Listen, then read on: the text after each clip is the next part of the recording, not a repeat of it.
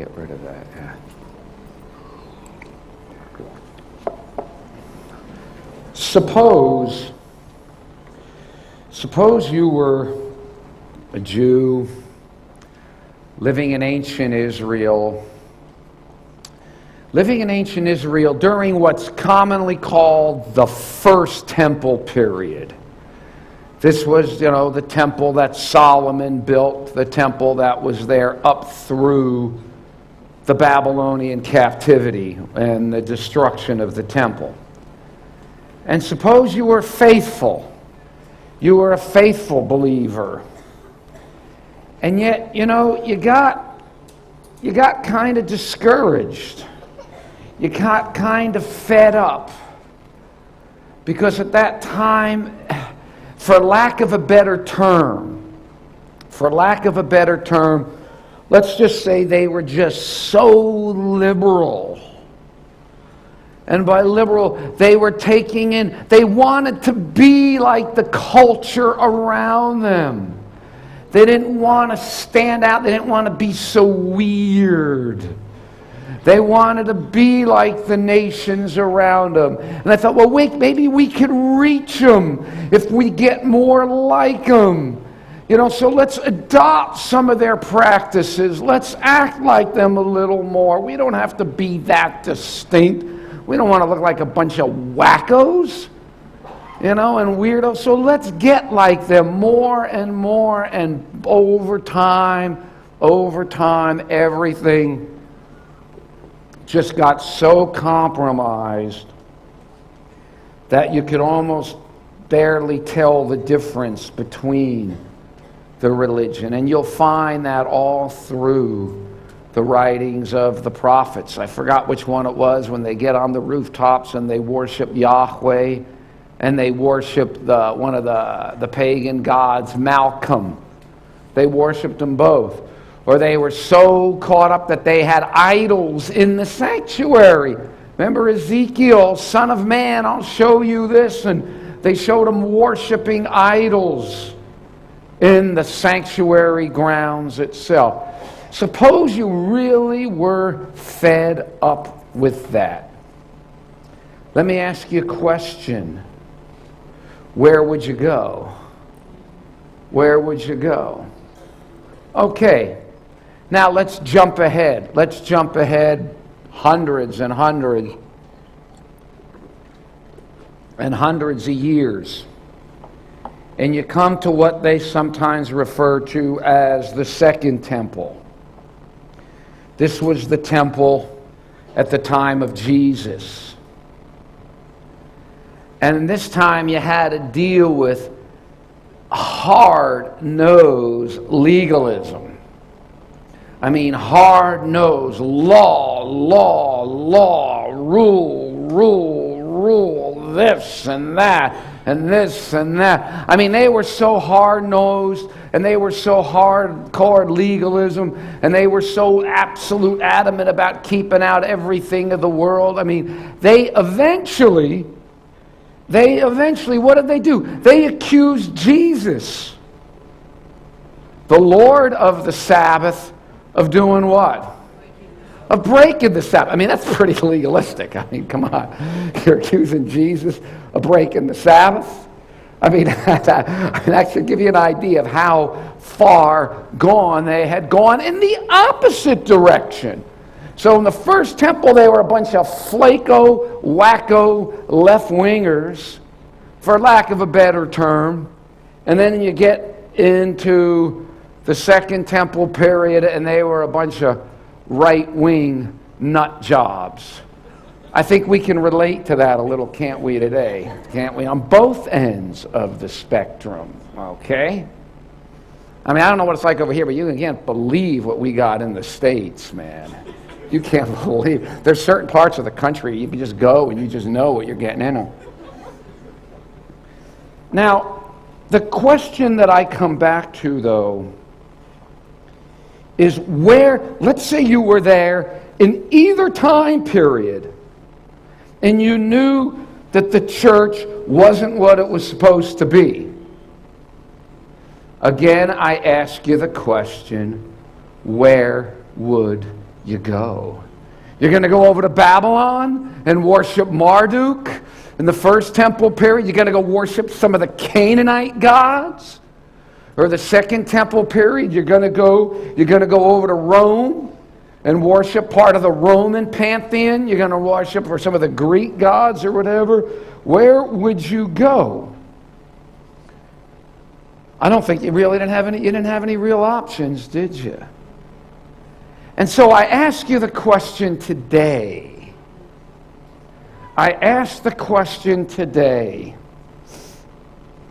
You know, everybody knows the Adventist church isn't what it's supposed to be. I don't think anybody's going to deny that. You know, Revelation calls us Laodicean.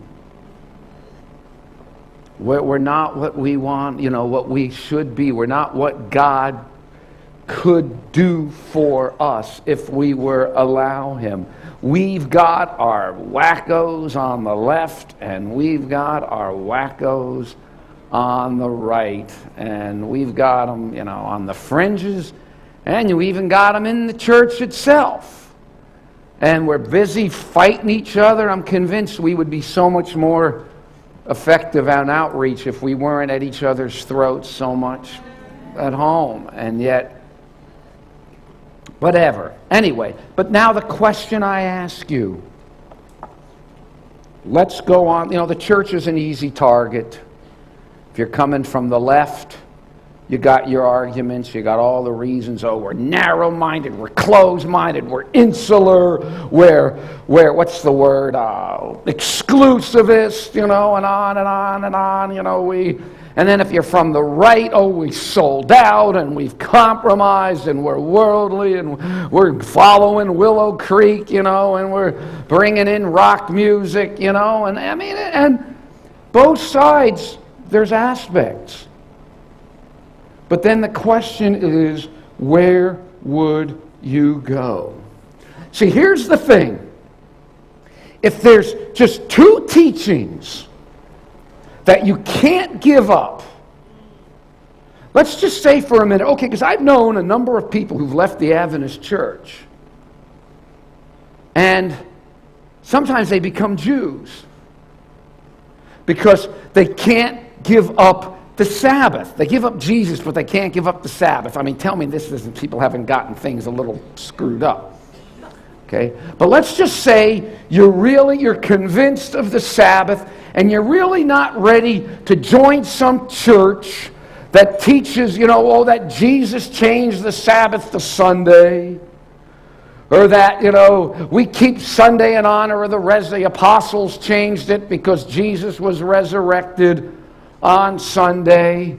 Or, you know, let's just say that you can't do that. You know too much to do that. So you can't give up the Sabbath. Well, folks, if that's true, then guess what? What have you done? You have basically wiped out that 99% of all your other options. Okay? If you're really not ready to join some Sunday-keeping church, you know, not that they really even, those that worship on Sunday, how many even really keep it? You know? But let's just say you couldn't do that. You just know too much that you can't give that up. So you wiped out 99% of your options. Okay. Now, let's say you find Sabbath-keeping church. Okay? So you got 1% option left. Let's say, you know, you got 1% left. Let's say then that you know too much and you're really not ready to join a church that teaches, you know, Grandma Jones is now in heaven looking down at me, you know, because she just died and she's gone to heaven, or that they're, and I mean, it's inconceivable to me, because only Christianity I've ever dealt with is Adventism. It's inconceivable to me that these people actually believe that there's a hole in the ground. I mean, they really believe this, don't they? That there's some hole in the ground, that's hell, And that when bad people go, they go to this hole in the ground where Jesus burns them in hell right now for all eternity. I mean, there are people who really, really believe that. And I'm sorry. After having been an Adventist all these years, I could never believe that. And I like to think that most of us here, you couldn't do that. You couldn't, with what we know about the state of the dead, you're going to believe they're floating up in heaven on a cloud, strumming a harp, watching it, or they're in some hole in the ground somewhere where they're burning for all eternity. So if you can't accept that, then pretty much, okay, the Sabbath you've wiped out pretty much 99% of your options. Okay, so you got 1% left. Okay, you got 1% left. I'm just throwing these numbers out, somewhat arbitrarily. And of the 1% left, now you got to find a church that doesn't teach the immortality of the soul and the immediate going to heaven or the immediate going to hell. And you've pretty much wiped out 99% of all of your 1% left. So the bottom line in the end is, what do you have left? And so can you see a parallel now between an Adventist today who's fed up, and maybe we've got some good reasons for being fed up, as you would be with a Jew if you lived in the first temple period or the second temple period. Now, I'm not saying the differences between Yahwism of ancient Israel and the pagan nations around them, not say the difference between Adventism and whether it's Presbyterianism or whether you're a Baptist or some of the evangelicals. Some of the evangelicals have got some pretty good stuff, but they're off on two crucial things. I'm not saying the difference between the religion of ancient Israel and the religion of Judaism was as radically different as, say, the religion of Adventism today and the religion of the other Protestant denominations. It's not the same. But the difference is so clear. It's so distinct. It's so sharp on these major points that we're really not left with any other viable option. Can you see the point? Can you see that if you can't give up these two things, what's left? In other words, the truth. I believe God's truth all through the ages has stood out so clearly, so sharply, in such great contradistinction between everything else that it wasn't fuzzy. It wasn't fuzzy. It wasn't, well, it's almost. It stands out so clearly. Now, I remember, I live a long way from the GC, and I spend a good hunk of my time in my car. And I listen to, there's a thing called the Teaching Company. I don't know if you've ever seen it. It's wonderful. These people go around the country, and they go to the best colleges in America, and they suss out the best teachers they could find, and they tape them. And they have lectures on history, on philosophy, on theology, on science, on everything. I mean, the Bible stuff is totally useless. If you want to see where higher criticism, if you want to see the straight path to hell that higher criticism leads, just listen to these tapes on the Bible. You'll see where, if you don't ever believe there was a devil before leading theologians, in higher criticism, just listen to some of their stuff on the Bible. But putting all that aside, they've got some very good stuff on philosophy of religion. And I was listening to this tape by a fella. He calls himself an agnostic Episcopalian. Okay? And what he had been raised a very fundamentalist Christian, and then eventually he just left it and was interested in religion, and he's an Episcopalian, but he considers himself, as he said, an agnostic Episcopalian. And he was doing this 48 series lecture on philosophy of religion, and really it was quite good. There were certain things that I would definitely disagree with as an Adventist, but he had some stuff that was very interesting. And then in one part during his lecture, he was doing a thing on theodicy. I touched on that earlier. It's a fancy theological term, but it's a term we all Adventists ought to know. Theodicy. Theo for God.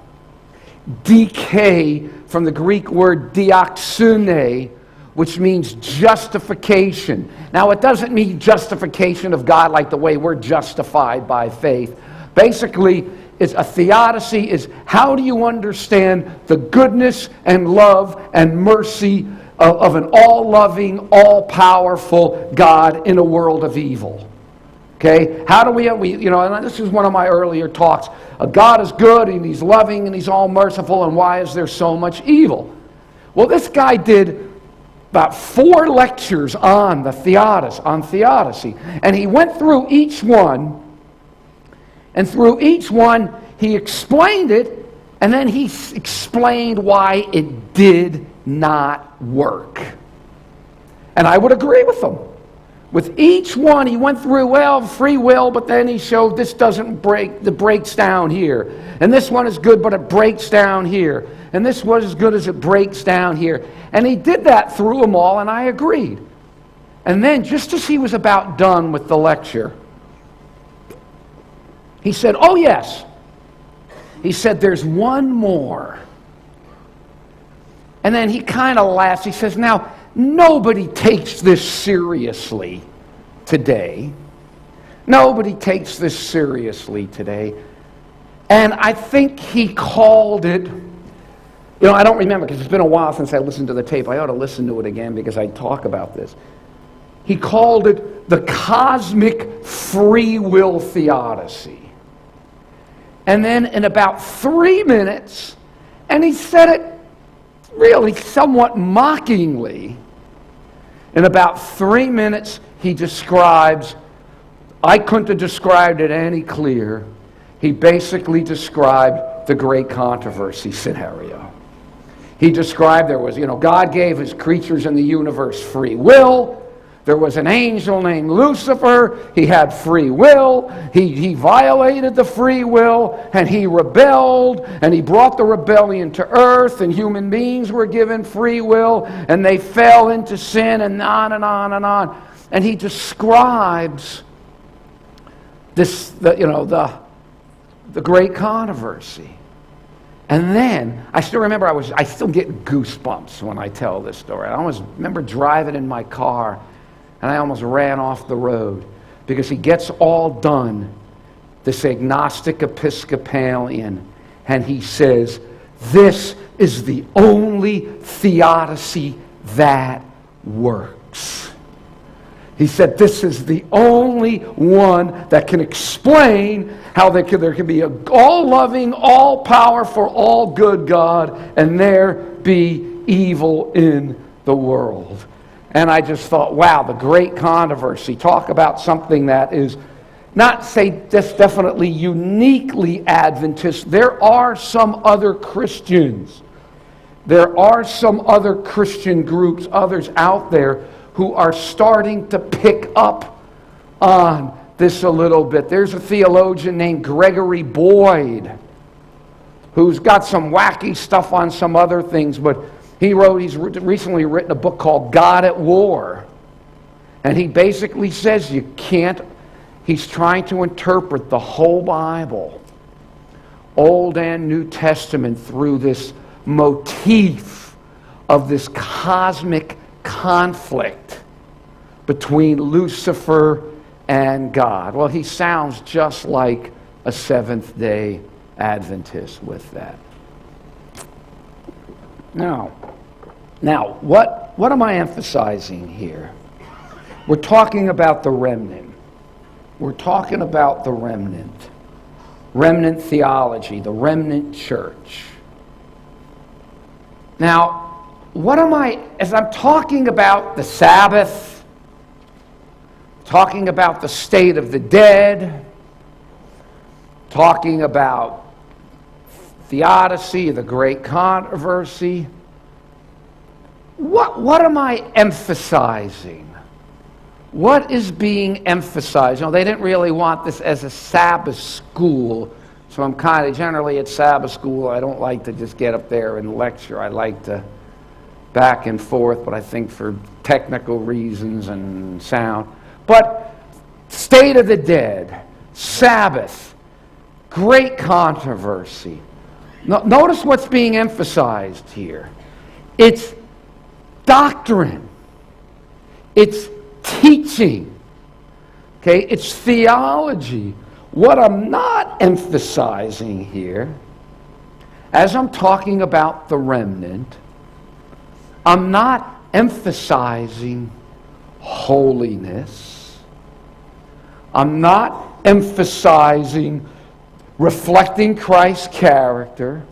I'm not emphasizing one group is saved and the others are lost. I'm not emphasizing those things. I'm emphasizing something else. I'm emphasizing teachings. I'm emphasizing doctrines. I'm emphasizing something which has, in our postmodern era, though error might be a better way. I'm emphasizing, spit it out. I've been hearing such funny accents all the time, week here. I'm having trouble speaking myself. I'm emphasizing. You guys don't say schedule here, do you? You know? No, that's Australians down there. They go schedule. What is the schedule? Oh, it just drove me out of my mind. I'm emphasizing objective, propositional truths. And I think this is important. A number of years ago, I wrote a book called The Remnant, and I think it's in the syllabus. And I don't know, man, anybody read it? One of 10 people that read my books? I look at my royalty statements every year, and I think, why bother? Nobody's reading this stuff. But I write for me. I write, in the end, Dwight Nelson once told me preaching is how he works out his salvation. If you understand not earning salvation. And for me, writing, if nobody reads it, what can I do? It's just how I learn and how I grow and how I study, So you do it hoping you can do somebody some good, but that's what does me the best good.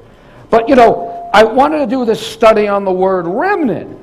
Well, that's not an easy study to do. Because it's not like, you get out your Strong's Concordance, or now I got my Bible Works for Windows. I live on that software.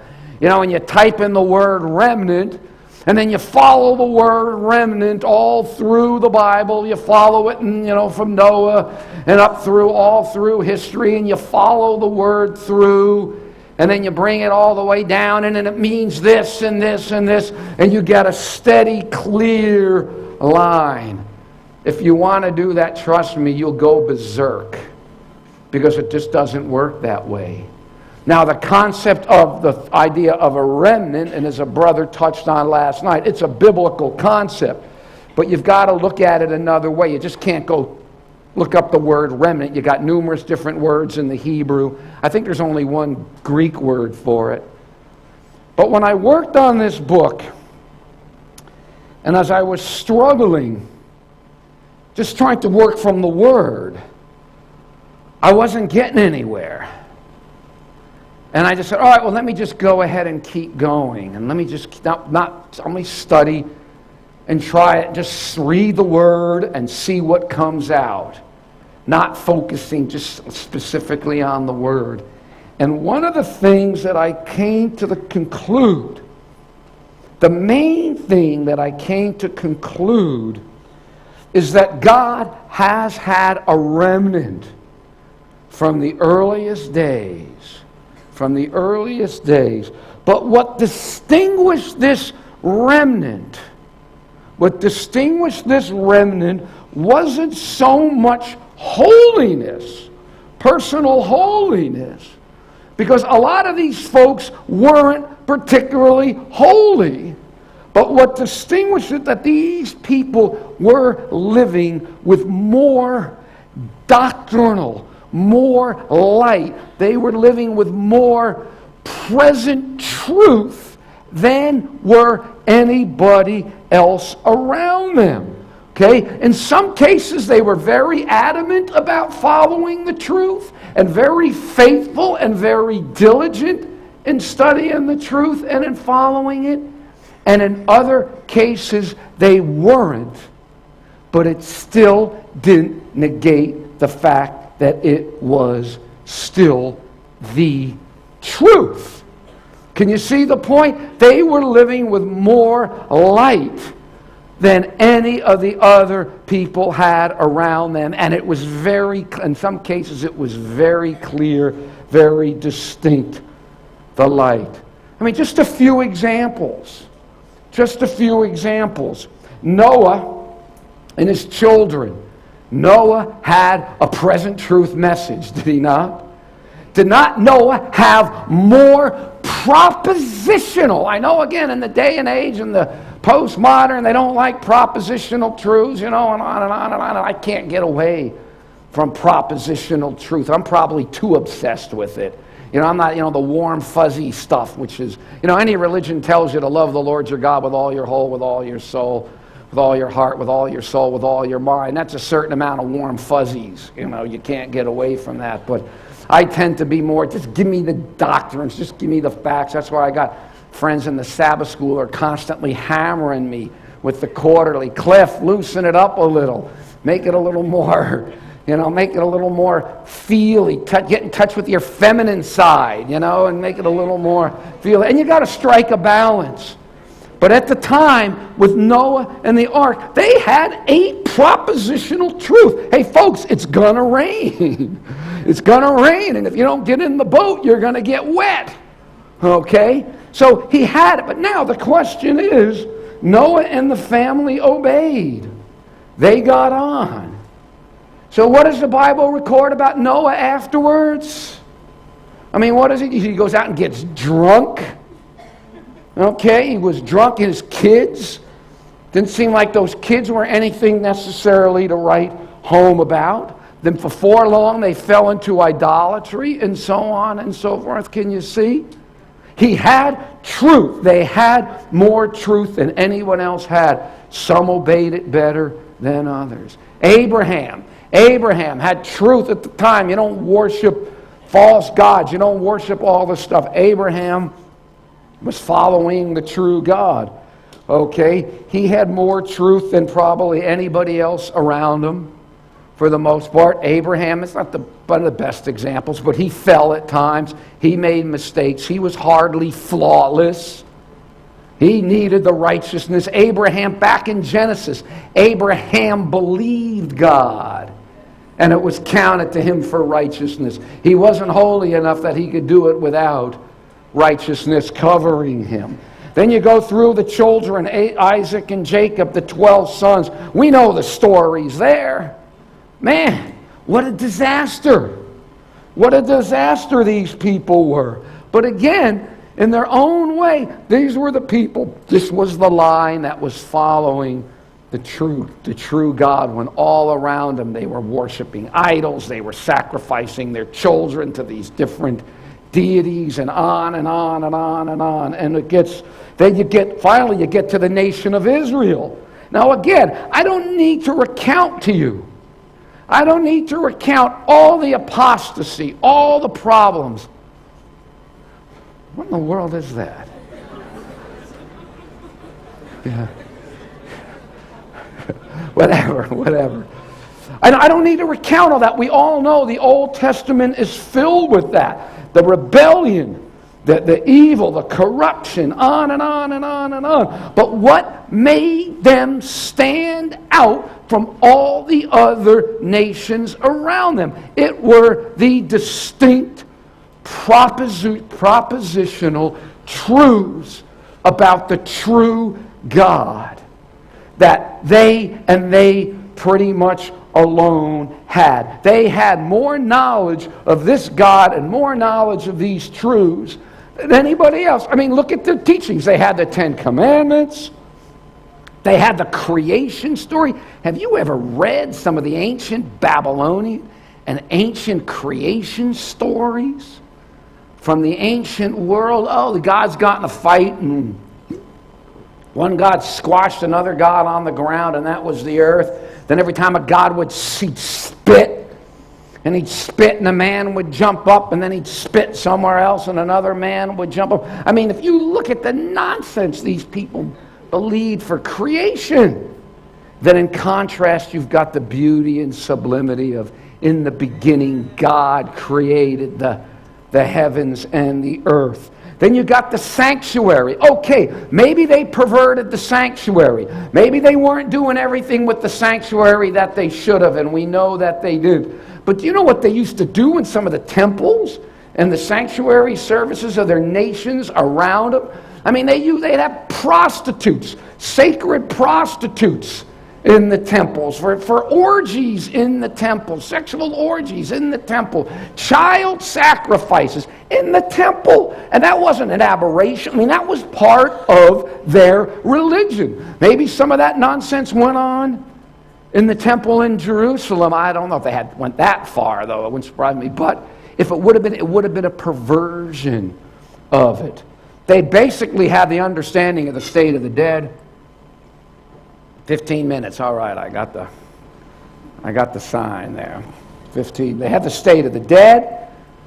They understood that. Again, you read ancient literature. You read about what people understood the dead, what happened to the dead. And they had a health message as well. You know, in ancient Egyptians, they used to take human excrement and use it for medical concoctions. I mean, the Israelis were told to bury theirs outside the camp. The Egyptians used to mix it in with their medications, their medications and so on. Then they had the gift of prophecy. They had the spirit of prophecy among them, and they had the coming of the Messiah. Something they knew of the Messiah's coming. And we can go on and on about all the apostasy, all the rest, and so on.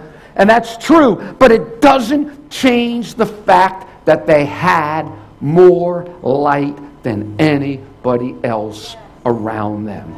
Can you see the point? Now, just because they were part of the remnant didn't mean they were saved by it. That's the thing. I'm part of the remnant. Well, fine, you can be part of the remnant and still be lost. Ancient Israel's, I think, a great history of that. Well, then you come to, let's make the big transition to the church. The church, which is kind of the called out remnant now from Israel. Called out remnant, okay? Like ancient Israel, they were living with more light now. They were living with a light that God had come down in the flesh. Jesus the Messiah. He had come.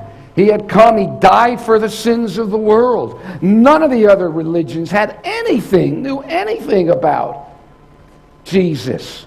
Anything about that. So the early church, they had more light and more truth than any other people. Propositional truth. A, B, C, that kind of stuff, okay? Which again, people just, our day and age, are kind of somewhat turned off on. Okay, and yet, you know, we tend to we look back on the good old days. The good old days of things. Well, you know, you read in the New Testament. You read the apostles. You read what were some of the letters that Paul had a right to deal with? What were some of the issues that they were dealing in the new remnant? This was the New Testament church. This was the primitive church. We're talking centuries before the real apostasy came. What did we have? Well, in 1 Corinthians 5:1, he's dealing with some guy who's sleeping with his father's wife. Okay? This is the church. Guy's sleeping with his father's wife. You had ethnic strife. Ethnic strife in a church. Can you believe that? Can you believe that? I mean, this time it was the Greeks and the Jews. They were fighting with each other in the church.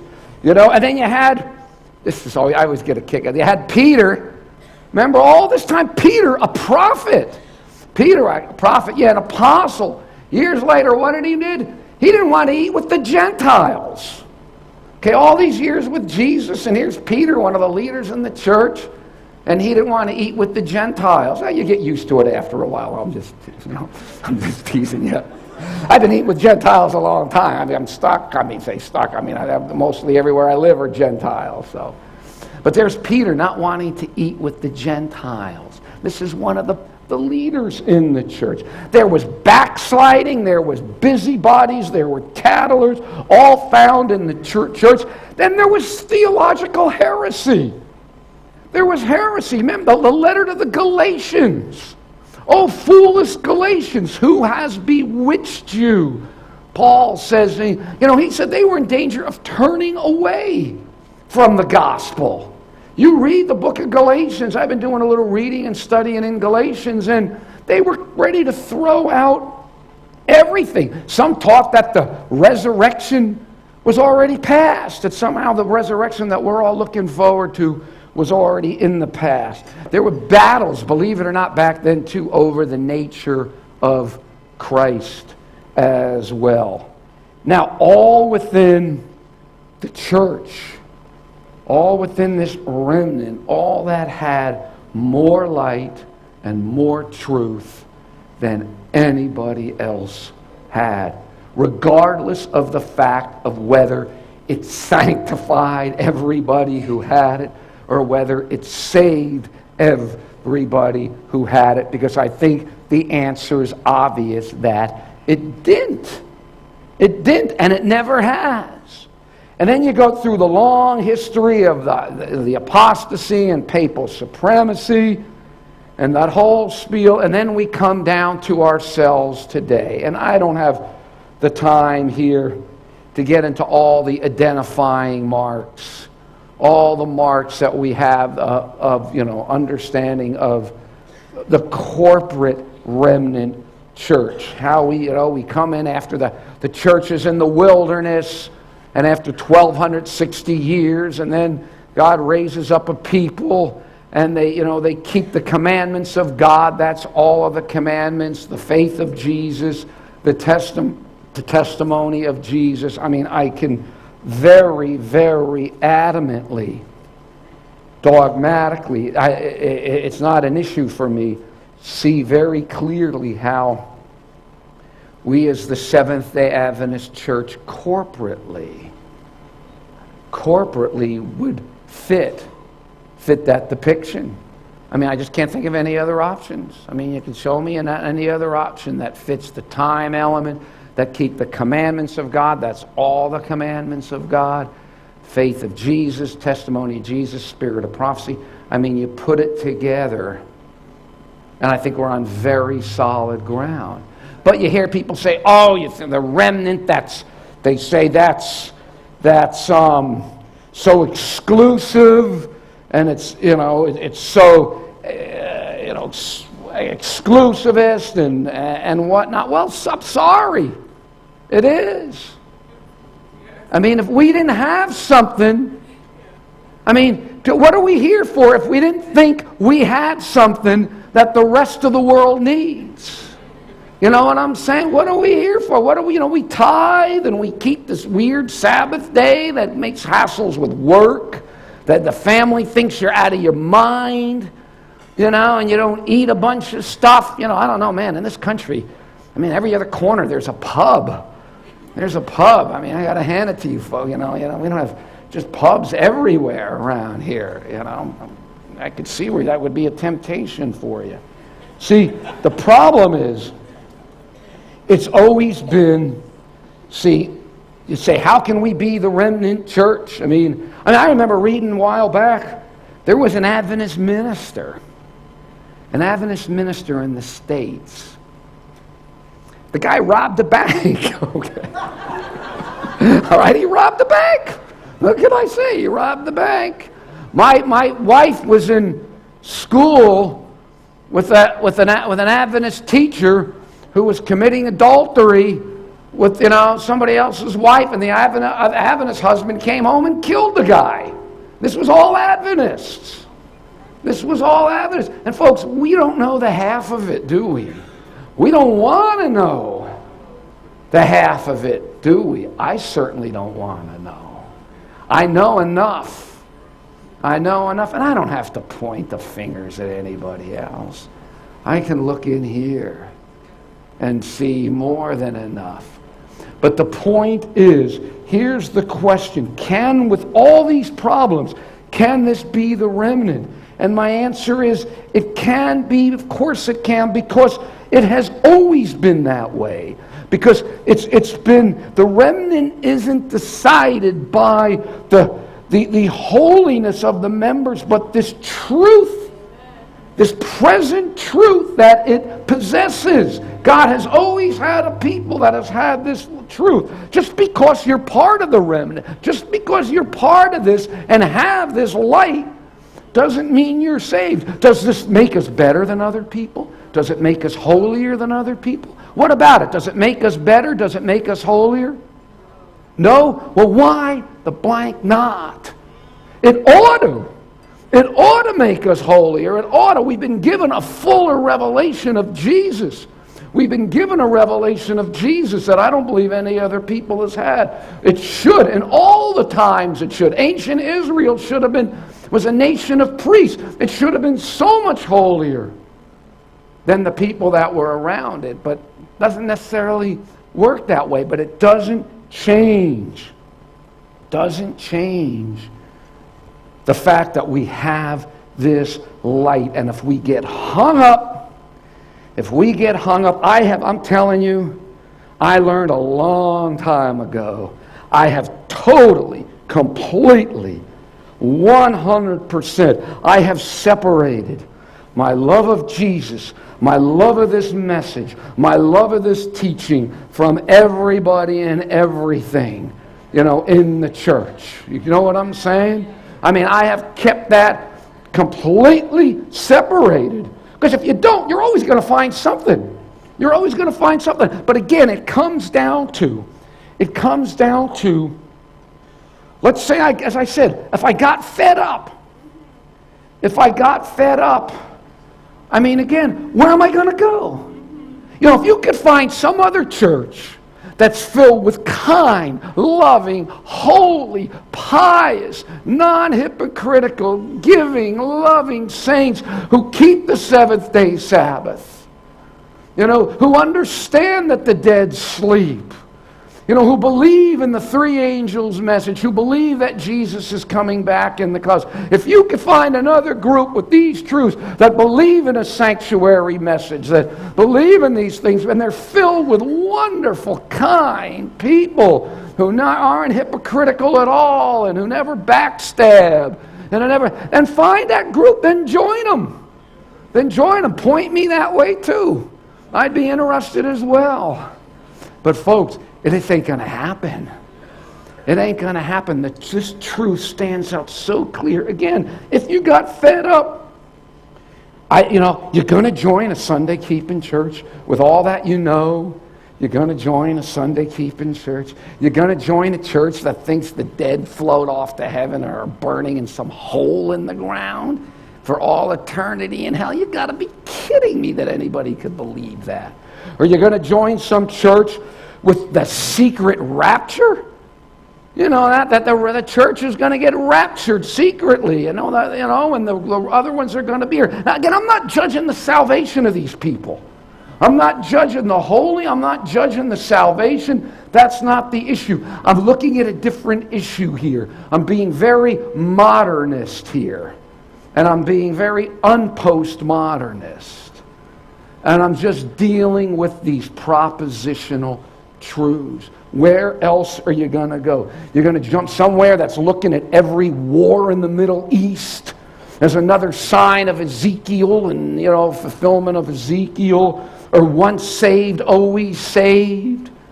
Or those who believe that Christ's going to come on earth and set up his millennial kingdom here on earth for 1,000 years.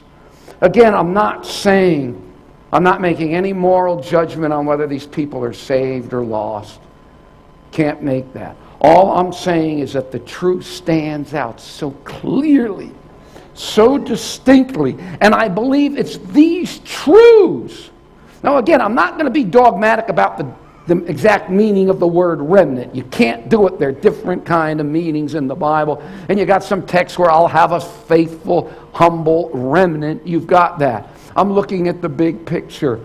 But I believe in the end is that the truth stands out so clearly and so distinctly as it has in every age. And this is what I believe is what defines the remnant. Again, it doesn't mean that everyone who's part of the remnant is saved. That's not what being the remnant is all about, at least by this definition of it. By this definition of it.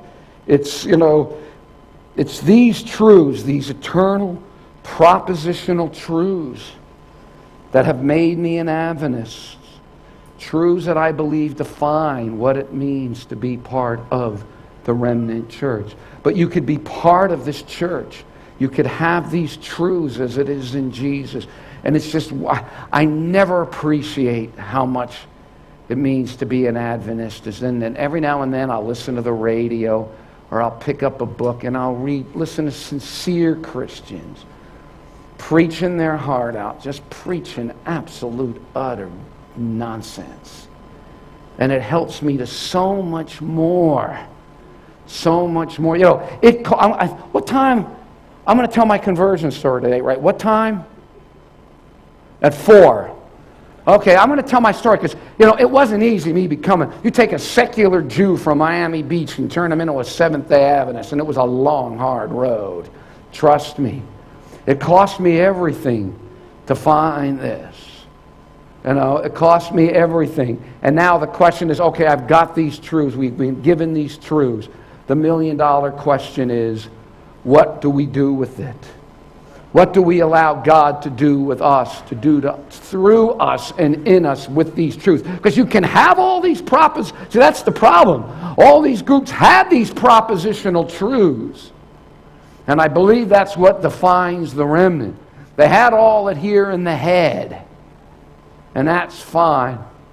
But ultimately, there are going to be an awful lot of lost people who had it here, when it needs to be here as well. What does Jesus do in our hearts? What does He do in our lives? What do we do with this knowledge? And how do we allow it to change us, to transform us, to make us the people that God wants us to be? And I think that's my time. Let's pray. Heavenly Father, what a privilege it is. What a privilege it is to be a part of this church. What a privilege it is to have these truths when we just go out, even into the Christian world, and see many fine people, loving people, dedicated and selfless people who truly love you with the light that they have.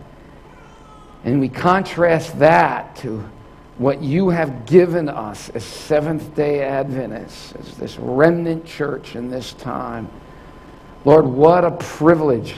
And yet at the same time, help us never to forget what a responsibility. What a responsibility comes with knowing these things. And Lord, help us not just to know them. I've often thought before, Lord, many times, I know more than enough to be saved. That's not the problem. The problem is, Lord, what do I allow you to do through me and for me with these truths that you have so graciously bestowed upon me and others? Lord, help us to surrender to you. Help us to take these truths and incorporate them in our lives, and help prepare a people to meet you when you return, because we can't do it without you. In Jesus' name, amen.